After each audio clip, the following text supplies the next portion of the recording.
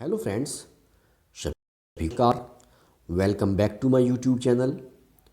साथियों, जैसा कि आप सभी जानते हैं कि निष्ठा मॉड्यूल के 18 प्रशिक्षण पूरे हो चुके हैं और अगर कुछ साथियों के नहीं हुए हैं तो वो फरवरी माह में पूरे हो जाएंगे। साथियों, आपको बताया गया था कि जब निष्ठा के मॉड्यूल कंप्लीट हो जाएंगे तब हम सभी टीचर्स का एक ऑनलाइन टेस्ट होना है जिसमें निष्ठा मॉड्यूल से संबंधित क्वेश्चन ही पूछे जाएंगे। तो साथियों, आज की वीडियो निष्ठा कॉम्पिटेंसी टेस्ट भाग 6 से संबंधित है। आज की वीडियो में आप निष्ठा मॉड्यूल के कुछ महत्वपूर्ण क्वेश्चन देखेंगे और अपना स्वमूल्यांकन कर पाएंगे। साथियों, वीडियो शुरू करने से पहले आपसे निवेदन है कि यदि आपने अभी तक मेरा यूट्यूब चैनल सब्सक्राइब नहीं किया है तो प्लीज़ आप मेरा यूट्यूब चैनल सब्सक्राइब करें, जिससे आपको इसी प्रकार की अन्य उपयोगी वीडियो जो शिक्षकों से संबंधित होती हैं समय समय पर मिलती रहा करें। अगर आप इस प्रकार की वीडियो को अपने व्हाट्सएप या टेलीग्राम पर पाना चाहते हैं तो मैंने इसके लिए टेलीग्राम और व्हाट्सएप ग्रुप बनाए हैं, आप इनमें शामिल हो सकते हैं। आप मेरे व्हाट्सएप नंबर 9897668080 पर भी संपर्क कर सकते हैं। तो शुरू करते हैं आज की वीडियो और करते हैं अपना स्वमूल्यांकन। पहला क्वेश्चन है, निम्नलिखित में से कौन सा पढ़ने के समय करने का कार्य है? पहला विकल्प है शिक्षार्थियों को कल्पना करने के लिए कहना कि वह कहानी के पात्रों में से एक है और अपने अनुभवों को अपनी डायरी में लिखने को कहना। दूसरा विकल्प है शिक्षक का पाठकों के विचारों के बारे में शिक्षार्थियों के साथ एक संपूर्ण कक्षा गतिविधि के रूप में चर्चा करना। विकल्प नंबर 3, शिक्षक का घर से पाठ पढ़कर आना और कक्षा में उसी को पढ़ाना। विकल्प नंबर 4, कक्षा को 4 या 2 के समूहों में विभाजित करना और पाठ को बारी बारी से पढ़वाना। शिक्षक बच्चों को समझ के साथ पाठ की व्याख्या करने को कहना। तो साथियों, इसमें सही जवाब है विकल्प नंबर 4, कक्षा को 4 या 2 के समूह में विभाजित करना और पाठ को बारी बारी से पढ़वाना। शिक्षक बच्चों को समझ के साथ पाठ की व्याख्या करने को कहना। चलिए अगला क्वेश्चन देखते हैं। एक पूर्व पठन कार्य का उद्देश्य है। पहला विकल्प शिक्षार्थियों से उनके पिछले ज्ञान के बारे में बात करना। दूसरा विकल्प है पाठ के विचारों के साथ सीखने वाले के पिछले अनुभव और ज्ञान को जोड़ना। विकल्प नंबर 3, पाठ के लेखक और पढ़े जाने वाले ने शब्दों के बारे में बात करके नए पाठ की शुरुआत करना। विकल्प नंबर 4, कठिन शब्दों को खोजने के लिए शिक्षार्थियों को स्वयं पढ़ने के लिए कहना।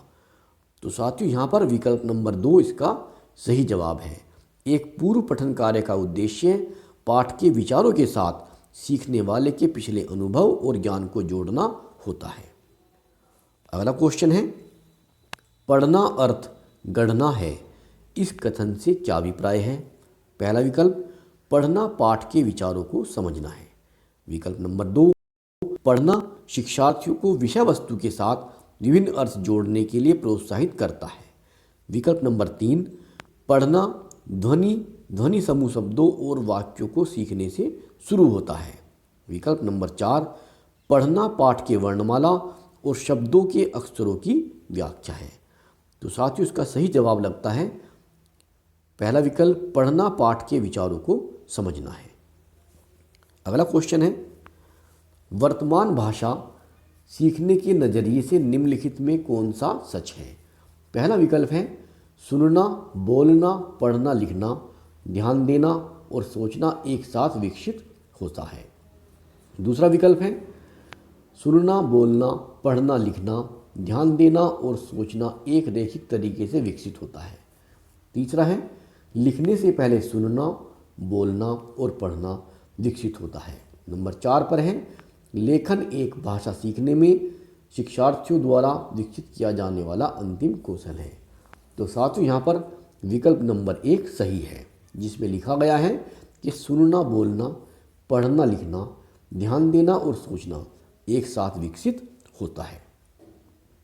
अगला क्वेश्चन है, जब बच्चे स्कूल में प्रवेश करते हैं तो हमें पहला विकल्प उन्हें वर्णमाला के अक्षर पढ़ाना शुरू करना है।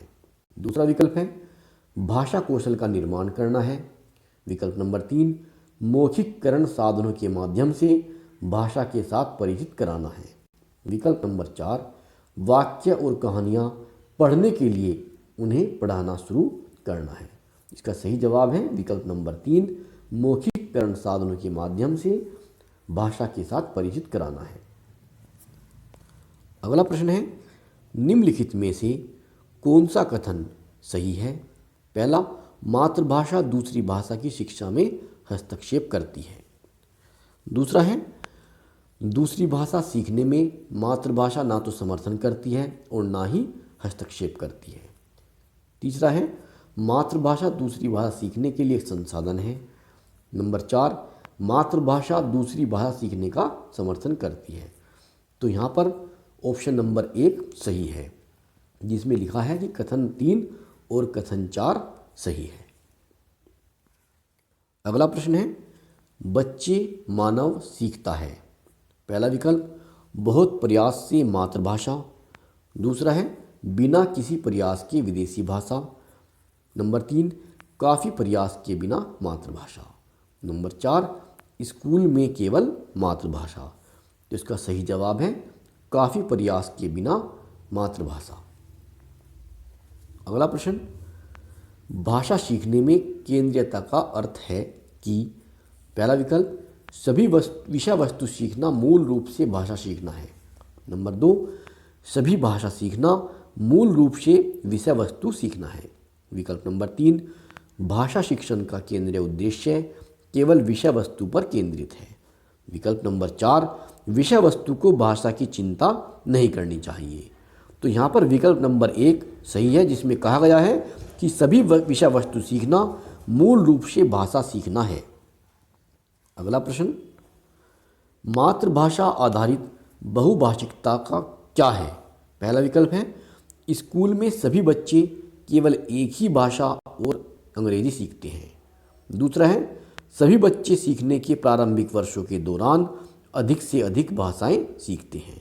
विकल्प नंबर 3 सभी बच्चे अपनी मातृभाषा में स्कूली शिक्षा शुरू करते हैं और कई भाषाओं को जोड़ते हुए आगे बढ़ते हैं। विकल्प नंबर 4 सभी बच्चे राज्य भाषा के माध्यम से सीखते हैं। तो यहाँ पर विकल्प नंबर 3 जिसमें कहा गया है कि सभी बच्चे अपनी मातृभाषा में स्कूली शिक्षा शुरू करते हैं और कई भाषाओं को जोड़ते हुए आगे बढ़ते हैं, सही है विकल्प नंबर 3।